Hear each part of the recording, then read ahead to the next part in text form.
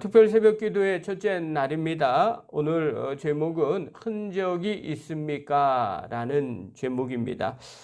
여러분, 사람들이 무엇인가를 하면 거기에는 반드시 흔적이 남아 있습니다. 누가 집에 왔다 가면 흔적이 있습니다. 또 일을 하면 일한 흔적이 있습니다. 또 도둑이 왔다 가면 또 흔적을 남기게 됩니다. 이처럼 외적인 흔적만이 아니라 내적인 흔적도 있습니다. 예를 들면 사랑하거나 아니면 또 미워해도 사실은 마음에 흔적들이 남게 됩니다. 이처럼 모든 일들은요, 내적이든 외적이든 흔적이 남기게 되어 있습니다. 이것이 세상의 이치입니다. 또 신앙도 마찬가지입니다. 우리가 예수님을 영접하면 우리 안에 흔적이 남게 됩니다. 또 예수님이 우리 안에 거하면 그런 징표들이 나타나게 되어 있습니다. 신앙생활을 하다 보면 주님을 향한 발자취에 대한 흔적이 남게 되어 있습니다. 오늘 본문을 보면요, 사도 바울이 자신의 몸에 예수 믿는 흔적이 있다고 말합니다. 오늘 17절에 얘기한 것처럼 이후로는 누구든지 나를 괴롭게 하지 말라. 내가 내 몸에 예수의 흔적을 지니고 있노라. 이렇게 고백을 합니다. 여기서 흔적이라는 단어는요, 헬라어 스티그마티라는 단어입니다. 뜻이 뭐냐면 낙인이라는 뜻이 있어요. 바울 당시에 주인이 종들에게 자기 집의 문장을 종뿐만 아니라 짐승들에게 찍었던 것을 인용하고 있는 겁니다. 아마 그때 당시에는요, 대부분 다 귀족 집안에 자기들만의 문양들이 있었어요. 그래서 그 문양을 가지고 찍은 거죠. 그것을 바울이 인용을 한 거예요. 사실 바울의 몸을 아마 목욕탕에 가서 옷을 벗고 목욕을 하면 사람들이 전부 다 놀랄 겁니다. 왜 놀라냐면요, 요즘은 문신 같은 게 조직폭력하는 사람들 몸에 문신이 있잖아요. 그것처럼 바울의 몸에는요, 온갖 상처들이 있었기 때문에 그런 겁니다. 그가 사도행전에 보면요, 복음을 전하러 다니면서 예수님 믿고 신앙생활하면서 40에 감한 매를 여러 번 맞았습니다. 또 여러 가지 상처들이 있었습니다. 먼 곳으로 오가는 여정 중에 겪었던 상처들이 있습니다. 그렇기 때문에 몸을 벗기만 해도 그 안에 온갖 상처들이 그냥 흔적처럼 남게 되어 있습니다. 바울은 그것을 늘 보았을 겁니다. 자신의 몸에 난 상처들이었기 때문에 그렇죠. 아마 그것을 생각했던 것 같습니다. 자, 바울에게 있어서 그 상처들은 사실 예수님을 믿지 않고 예수님의 말씀대로 순종하지 아니하면 나지 아니할 상처들이었습니다. 그러나 예수님을 믿고 영접하고 주님을 따르기 위해서 순종함으로 겪었던 일들이었죠. 그들에게 있어서, 바울에게 있어서는 이것이 내가 예수님을 믿는 흔적이라고 말합니다. 그러니까 사실 주님을 바울은 입으로만 사랑했다, 헌신했다 말하는 것이 아닙니다. 정말 주님의 제자로서의 삶을 산 거죠. 그래서 주님의 제자의 증거가 도대체 뭐냐라고 말로 이야기하는 사람들에게 구구절절 설명할 필요가 사실은 없는 겁니다. 그냥 옷을 벗어서 몸만 보여주면 되는 거죠. 그것이 예수 믿는 사람들의 흔적이었고 바울의 흔적이었죠. 자, 그렇다면 오늘 예수님을 영접하고 주님을 따라가는 하나님의 제자라는 우리들은 어떤 흔적을 갖고 있습니까? 내 몸에도 내 마음 안에도 예수 믿는 흔적들이 있습니까?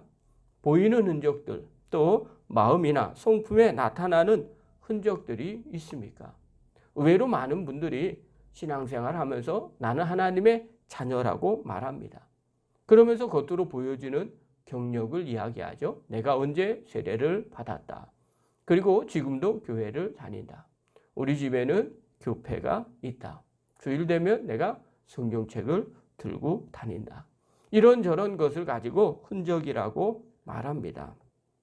그러나 진정한 흔적은 아닐 겁니다.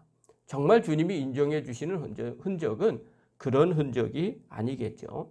내 안에, 내 심령 안에, 내 가치관 안에 예수님과 함께해서 선택하고 결정하고 또 주님과 동행하는 흔적, 그것이 바로 진정한 흔적이라고 생각을 합니다.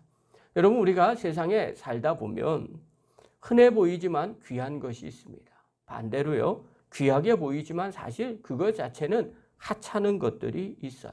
예를 들면 물은 좀 흔해 보입니다. 그러나 귀한 겁니다. 또 금이라는 것은 사실 아무런 의미가 없습니다. 그러나 그것이 돈으로 환산이 돼서 무엇인가를 살 때만 귀합니다. 금만 갖고 살라고 하면 그것은 아무런 소용이 없는 겁니다. 자, 인생에 있어서 가장 중요한 것이 무엇입니까? 한번 생각해 보십시오. 자본주의 사회는 돈이라고 말합니다. 또 어떤 사람은 명예를 중요시 여기기도 합니다. 또 어떤 사람은 인간관계를 중요시 여기기도 합니다. 그러나 예수 믿는 우리에게 진짜 중요한 게 무엇이라고 물어본다면 우리는 다들 대답할 겁니다. 예수님이 정말 중요합니다. 그렇다면 이 대답이 진짜가 되기 위해서 정말 예수님이 중요합니까? 중요하면 그거에 걸맞는 대우를 하고 있습니까? 여러분, 평생을 살아도 옷값 한 병 만들지 못하는 사람을 불행한 사람이라고 말하는 경우도 있습니다. 어떻게 한평생을 살았는데 귀한 향유옥합을 만들지도 못하느냐, 이렇게 질문할 수도 있습니다. 그러나 더 안타까운 것은 향유옥합을 가지고 있으면서도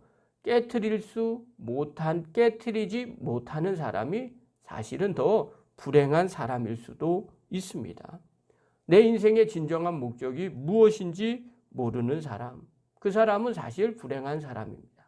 반면에요, 내 인생의 목적이 무엇인지 알고 또 내가 헌신할 때 헌신할 줄 아는 그 사람이 진짜 가치 있는 사람입니다.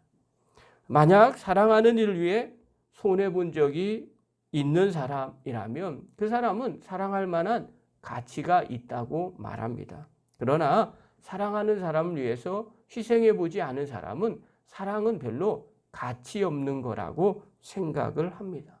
중요한 것은요, 그거에 대해서 내가 얼마나 희생하고 헌신하는가, 그거에 따라서 그게 가치가 있는지 없는지를 알게 됩니다. 이것을 희생의 흔적이라고 말하게 됩니다. 어렸을 때 만화 영화 같은 것을 봤어요. 원탁의 기사들입니다. 아주 전설적인 칼 엑스칼리버를 휘둘리던 카말롯의 아더왕에 대한 이야기들이었어요. 저는 남자였기 때문에 그런 것들을 되게 좋아했습니다. 그리고 아이들과 서로 칼싸움하면서 놀았던 기억이 나옵니다. 어렸을 때 생생하게 그냥 마음 가운데 들렸던 내용 중에 하나가 있었어요. 전쟁에서 돌아온 기사들에게 이 아더왕이 물어보는 거예요. 질문을 던집니다. 그대는 싸움터에서 희생의 흔적을 가지고 있는가? 질문은 딱 그거였어요. 전쟁에 나갔는데 그 싸움터에서 당신은 기사로서의 자기를 그리고 그 권리를 누릴 만한 흔적을 갖고 있는가? 그 질문이었어요. 나라와 왕을 위해서 희생한 흔적이 있는 기사는 왕의 만찬에 참여했고요. 왕이 또 같은 동지라고 생각하고 그 원탁에 초대를 한 겁니다. 그리고 그 흔적이 없는 사람은 다시 전쟁터로 돌려보냈습니다. 기사의 자격이 없다고 생각을 한 겁니다. 어렸을 때 그 모습을 보면서 정말 멋있었어요. 그래서 아이들과 놀면서 그런 생각을 했어요. 우리도 원탁의 기사들이다. 이러면서 이야기했던 것이 생각이 납니다. 여러분, 내가 예수 믿는 사람으로서 어떤 흔적을 갖고 계십니까? 바울 당시에 바울을 시기하고 질투했던 일부 사람들이 갈라디아 교회에 있었습니다. 사도 바울이 과거 예수 믿는 사람들을 핍박했던 것들을 그들은 문제를 삼았습니다. 또 예수님을 본 적이 없는 사람이 어떻게 예수님의 제자가 되냐고 스스로 자칭 사도라고 칭한다고 비난을 했습니다. 또 바울은 성격이 좀 급했습니다. 이중인격자라고 비난도 했습니다. 또 욕심쟁이라고도 비난을 했습니다. 이렇게 사도 바울을 비난하는 사람들은 그 비난하는 근거가 사실인지 아닌지는 사실 중요하지 않았습니다. 그 어떤 방법이든지 사도 바울을 비난해서 꺾어뜨리려고 하는 것이 목적이었기 때문에 그런 겁니다. 그런 그들을 향해서 오늘 사도 바울은 동일하게 나는 예수의 흔적을 가졌노라고 고백을 합니다. 여러분, 이 고백은요, 바울이 자랑하려고 하는 것이 아닙니다. 자신을 비난하고 비판하는 사람들의 그 비난과 비판을 잠재우기 위해서 바울은 어쩔 수 없이 이렇게 변명 아닌 변명을 하는 거죠. 내 안에는 예수님의 흔적을 갖고 있다는 겁니다. 사랑하는 성도 여러분, 요한계시록에 보면 2장 5절에 보면 처음 사랑을 버린 예배소 교회 성도들에게 주님은 이렇게 물어봅니다. 어디서 떨어졌는지를 생각하고 회개하여 처음 행위를 가지라. 만일 그러하지 아니하고 회개하지 아니하면 내가 네게 가서 내 촛대를 그 자리에서 옮기리라. 그렇게 이야기하십니다. 여러분, 처음 행위라는 게 바로 뭐예요? 그 사랑의 행위, 주님을 향한 그 열정, 그 행위, 그 흔적이 있느냐를 뒤돌아보라는 겁니다. 우리의 모습, 우리의 신앙을 다시 한번 뒤돌아보라는 거죠. 이번 사순절 고난주간을 통해서 우리 안에 이것을 다시 한번 되돌아보시기를 바랍니다. 정말 우리 안에 예수님의 흔적이 있습니까? 정말 주님을 나의 주인으로 모시고 신앙생활하면서 주님 때문에 당하는 흔적들이 있습니까? 그 부분을 점검해 보십시오. 오늘 세 가지로 다시 한번 우리에게 질문을 한번 해보겠습니다. 첫 번째, 나에게는 예수님을 사랑한 흔적이 있는가? 정말 나는 주님을 위해서 무엇을 했는지 뒤돌아보시기를 바랍니다. 그리고 그 흔적이 있는지를 확인해 보시기 바랍니다. 만약에 그 흔적이 없다면 오늘부터라도 주님을 사랑하는 흔적들을 만들어 가시기를 바랍니다. 두 번째로, 나에게는 교회를 사랑한 흔적이 있는가 확인해 보시기 바랍니다. 교회는 주님의 몸이라고 했습니다. 주님의 피값으로 세웠다고 했습니다. 그리고 모든 성도들이 함께 모여서 하나님의 몸을 이루고 있습니다. 각 지체로서 내가 주님의 몸인 교회를 사랑한 흔적이 있는가를 확인해 보시기를 바랍니다. 우리는요, 비난이나 부족한 건 쉽게 이야기합니다. 그러나 그것은요, 자동적으로 채워지지 않습니다. 부족한 것을 내가 메울 때 비로소 채워지게 되는 겁니다. 세 번째로요, 사람을 사랑한 흔적이 있는가를 확인해 보시기 바랍니다. 마태복음 22장에 보면요, 한 율법사의 질문에 주님께서 대답을 하십니다. 첫째는 내 마음을 다하고 목숨을 다하고 뜻을 다하여 주 너의 하나님을 사랑하는 것이요.